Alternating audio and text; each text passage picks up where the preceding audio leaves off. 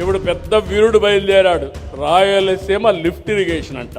నీళ్లు కావాలన్నా గొడవలు కావాలంటే మాకు నీళ్లొద్దు, గొడవలే పెట్టుకుంటామనే రకం వీళ్ళంతా. నేను ఒకటే చెప్తున్నాను, నాకు కావాల్సింది గొడవలు కాదు, నా జాతి ప్రయోజనాలు. అటువైపు తెలంగాణ కానివ్వండి, ఇటువైపున ఆంధ్ర కానివ్వండి, అందరం ఒకటే భాష మాట్లాడతాం, అందరం అన్నదమ్ములమే. Nobody is against the other.